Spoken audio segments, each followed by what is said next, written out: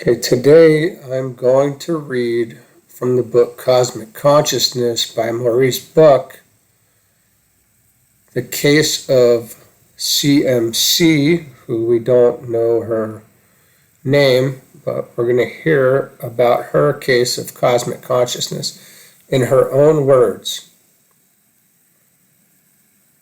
It is important to clearly realize that in writing the following pages, C.M.C, and the same may be truly said of every person whose evidence is included in this volume, had no prior or contemporary case before her mind upon which, if she were capable of so doing, she could have modeled her narrative. This latter is, beyond all question, a faithful account, as simple and straightforward as she could make it, of her actual psychological experience as she lived through it. And the reason that we're going to read this is because it is so very powerful, and it almost can put you right there with her. Okay, here we go. I was born in the year 1844. I have been told that as a child I never seemed young. That is, that along with my youth there was an air of thoughtfulness that belongs to more advanced years. I cannot remember a time when I did not think and wonder about God. The beauty and sublimity of nature have always, from an early childhood, impressed me deeply. Went to church and Sunday school, listened attentively to the prayers and sermons, thought over the latter more than was probably supposed. The sermons were old-time Presbyterian, the day of judgment, the sinner's lost condition, the unpardonable sin, and all those things so dreadful to a serious, imaginative child. The older I grew and the more I thought, the more puzzled and bewildered I became. Over the sufferings of Jesus I wept bitter tears, grieving that my sins should have nailed him to the cross. How he could be God I could not understand, yet never doubted but that it must be true. I studied the Bible and Catechism, and especially the Confession of Faith, not only because it was a duty, but because I felt as if I must find out the truth about things. How terribly I felt when I learned that without the gospel the heathen could not be saved. The cruelty and injustice of it made me almost hate God for making the world so. I joined the church, however, thinking that it might bring me peace and rest. But although feeling more safe, I was just as far as ever from being satisfied. While still quite a girl, we began taking some rather liberal church papers, which I read and which were to a certain extent a comfort to me, since they showed me that the narrow doctrines in which I had been brought up were not the whole of Christianity. At this time, Paradise Lost, Pollock's Course of Time, and Pilgrim's Progress were favorite books. The Course of Time, however, left me depressed for many weeks. The vastness and grandeur of the God which I felt in nature could never reconcile with the God in the Bible, try as I would, and of course I felt myself a wicked skeptic in consequence. So it went on, and though to all appearance I was happy and full of life like other girls, there was always that undercurrent, a vein of sadness deep down, out of sight. Often as I have walked out under the stars, looking up into those silent depths with unspeakable longings for some answer to the wordless questions within me, I have dropped down upon the ground in a perfect agony of aspiration. But if the stars knew the secret I sought, they gave no sign. My experience was no doubt ordinary, largely that of the average girl living the average commonplace life, with aspirations and ideals to all appearance beyond any hope of fulfillment. At 22 I was married. 10 years later, a change of place broke up the old routine of my life, giving me new associates and new interests. I was thrown into relation with people of more liberal tendencies and soon began reading the books and magazines, Popular Science Monthly, etc., which I found in the hands of my new acquaintances. Tyndall's Belfast Address, one of the books in question, was the first really thoughtful book from the point of view of modern science I had ever read, and it was a revelation to me. From that time, without my going very deeply into the subject, a general idea of evolution was gained, and gradually the old conceptions gave place to more rational ones and more in accordance with my own feelings. The questions of design or purpose in nature, of individual immortality, etc., were left for scientific research to discover, if to be discovered at all. My attitude was that of an agnostic. There I rested, not altogether content. It is true, something in life had been missed which it seemed ought to be there, depths in my own nature which had never been sounded, heights I could see which had not been reached.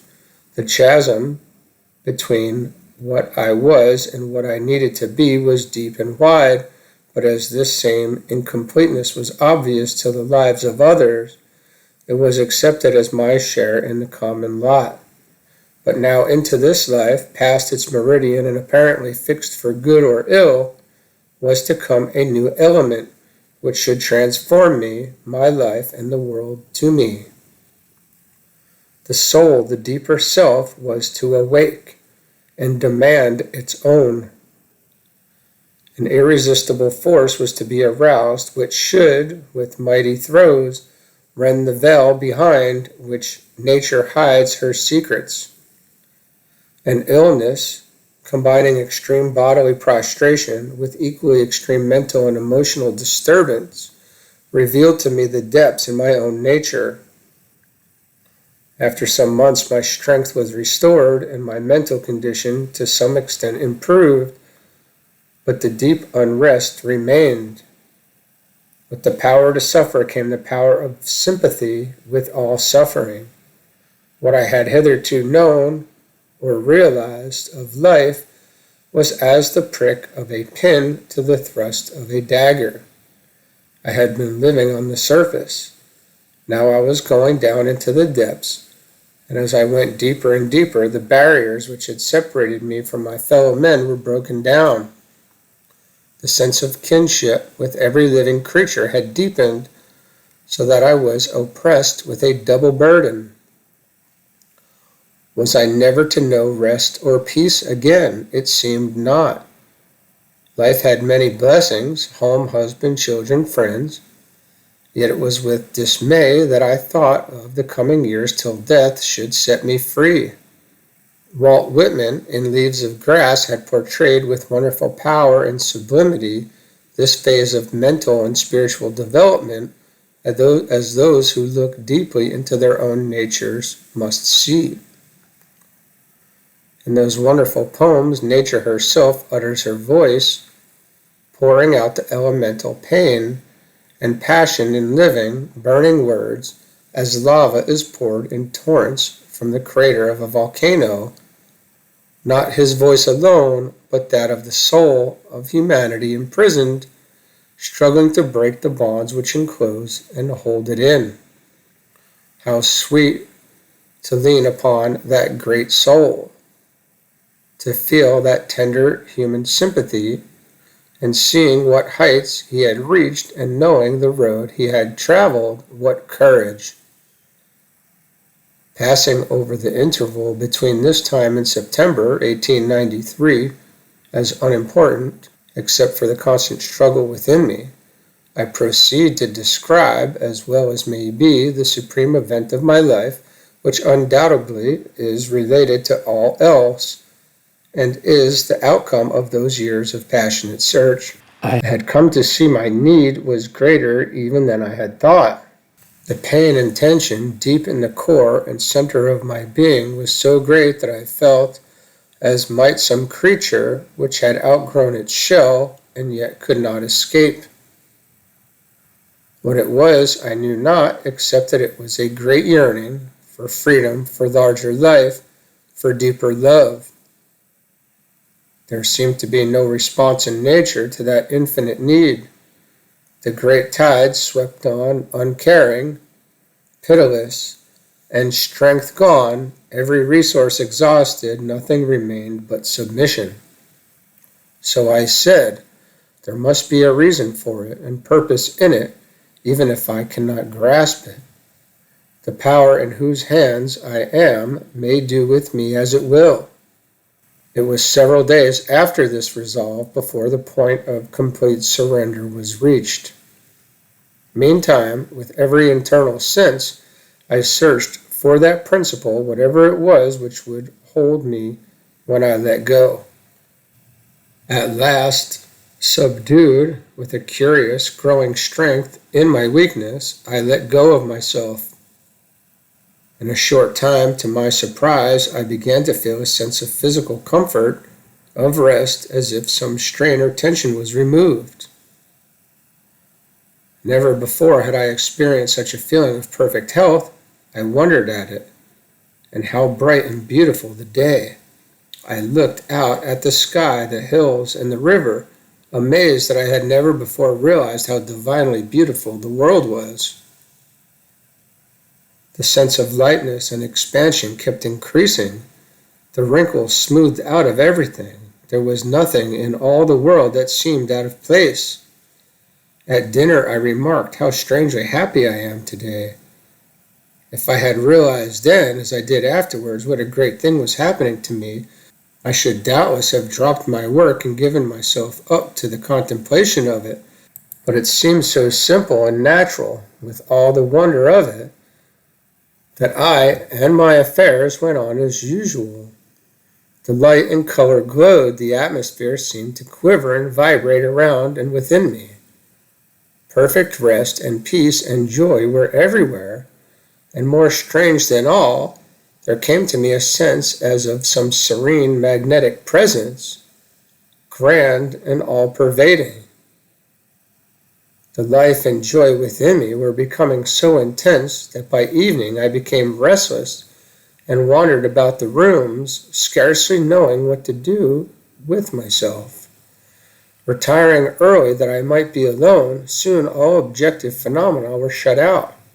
I was seeing and comprehending the sublime meaning of things, the reasons for all that had before been hidden and dark, the great truth that life is a spiritual evolution, that this life is but a passing phase in the soul's progression, burst upon my astonished vision with overwhelming grandeur. Oh, I thought, if this is what it means, if this is the outcome, then pain is sublime. Welcome centuries, aeons of suffering, if it brings us to this. And still the splendor increased. Presently, what seemed to be a swift, oncoming tidal wave of splendor and glory ineffable came down upon me, and I felt myself being enveloped, swallowed up.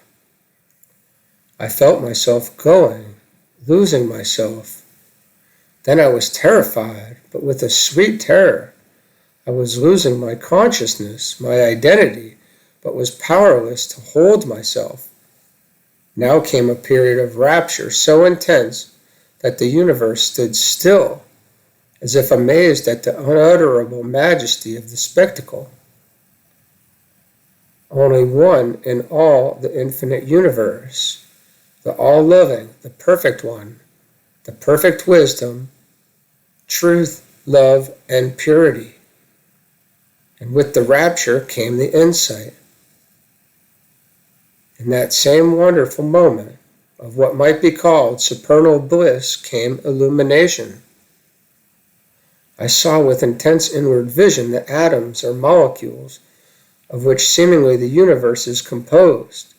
I know not whether material or spiritual, rearranging themselves as the cosmos, in its continuous everlasting life, passes from order to order. What joy when I saw there was no break in the chain, not a link left out, everything in its place and time. Worlds, systems, all blended in one harmonious whole. Universal life synonymous with universal love. How long that period of intense rapture lasted I do not know. It seemed an eternity. It might have been but a few moments. Then came relaxation, the happy tears, the murmured, rapturous expression. I was safe. I was on the great highway, the upward road which humanity had trod with blending feet, but with deathless hope in the heart and songs of love and trust on the lips. I understood now the old eternal truths, yet fresh and new and sweet as the dawn. How long the vision lasted I cannot tell. In the morning I awoke with a slight headache, but with the spiritual sense so strong that what we call the actual material things surrounding me seemed shadowy and unreal. My point of view was entirely changed. Old things had passed away and all had become new. The ideal had become real. The old real had lost its former reality and had become shadowy. This shadowy unreality of external things did not last many days. Every longing of the heart was satisfied, every question answered. The pent-up, aching rivers had reached the ocean. I loved infinitely and was infinitely loved. The universal tide flowed in upon me in waves of joy and gladness, pouring down over me as in torrents of fragrant balm. This describes an actual sensation. The infinite love and tenderness seemed to really stream down over me, like holy oil healing all my hurts and bruises. How foolish, how childish, now seemed petulance and discontent in presence of that serene majesty. I had learned the grand lesson that suffering is the price which must be paid for all that is worth having. That in some mysterious way we are refined and sensitized, doubtless largely by it, so that we are made susceptible to nature's higher and finer influences. This, if true of one, is true of all. And feeling and knowing this, I do not now rave as I once did, but am silent as I sit and look out upon all the sorrow of the world, upon all the meanness and agony without end, that sweet eternal smile on nature's face. There is nothing in the universe to compare with it. Such joyous repose and sweet unconcern, saying to us with tenderest love, all is well, always has been, and always will be. The subjective light, it seems to me, is magnetic or electric. Some force is liberated in the brain and nervous system. Some explosion takes place. The fire that burned in the breast is now a mounting flame. On several occasions, weeks after the illumination described, I distinctly felt electric sparks shoot from my eyes.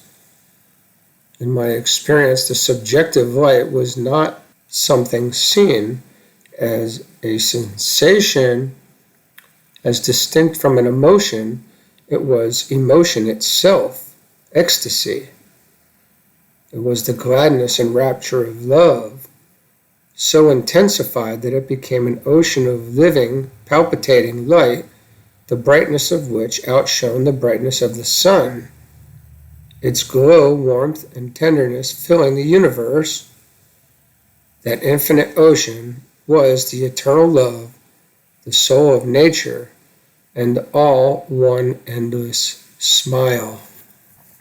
What astonished me beyond all else, as the month went on from that September, a deepening sense of a holy presence.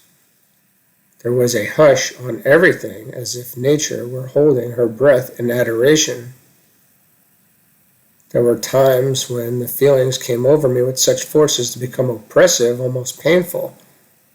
It would not have surprised me if the very rocks and hills had burst forth in one great anthem of praise. At times I felt as if they must, to relieve my feelings.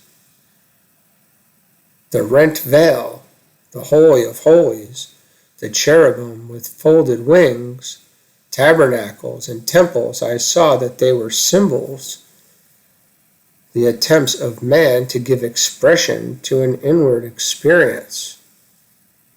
Nature touched me too closely. I sometimes felt oppressed by it. Such extreme exaltation exhausted me, and I was glad when I could have a common day.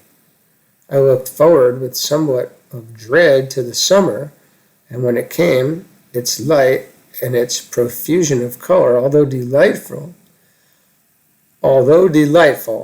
were almost more than I could bear. We think we see, but we are really blind if we could see. One day, for a moment, my eyes were opened. It was in the morning, in early summer of 1894. I went out in happy, tranquil mood to look at the flowers, putting my face down into the sweet peas, enjoying their fragrance, observing how vivid and distinct were their form and color. The pleasure I felt deepened into rapture. I was thrilled through and through, and was just beginning to wonder at it, when deep within me a veil or curtain suddenly parted, and I became aware that the flowers were alive and conscious. They were in commotion, and I knew they were emitting electric sparks. What a revelation it was! The feeling that came to me with the vision was indescribable. I turned and went into the house filled with unspeakable awe. There was, and is still, though not so noticeable as earlier, a very decided and peculiar feeling across the brow above my eyes, as of tension gone, a feeling of more room. That is the physical sensation. The mental is a sense of majesty, of serenity, which is more noticeable when out of doors. Another very decided and peculiar effect followed the phenomena above described, that of being centered, or of being a-center. It was as if surrounding and touching me closely on all sides were the softest, downiest pillows. Lean in what direction I might, there they were. A pillow or pillows which fitted every tired spot, so that though I was distinctly conscious of that lightest touch, there was not the least resistance or obstruction to movement, and yet the support was as permanent and solid as the universe. It was the everlasting arms. I was anchored at last, but to what? To something outside myself? The consciousness of completeness and permanence in myself is one with that of the completeness and permanence of nature. This feeling is quite distinct from any that I had before illumination, and has sprung from that. I often ponder on it and wonder what has happened, what change can have taken place in me to so poise and individualize me. My feeling is as if I were as distinct and separate from all other beings and things as is the moon in space, and at the same time indissolubly one with all nature. Out of this experience was born an unfaltering trust. Deep in the soul, below pain, below all the distraction of life, is a silence vast and grand, an infinite ocean of calm, which nothing can disturb, nature's own exceeding peace, which passes understanding. That which we seek with passionate longing, here and there, upward and outward, we find at last within ourselves. The kingdom within, the indwelling God, are words whose sublime meaning we never shall fathom.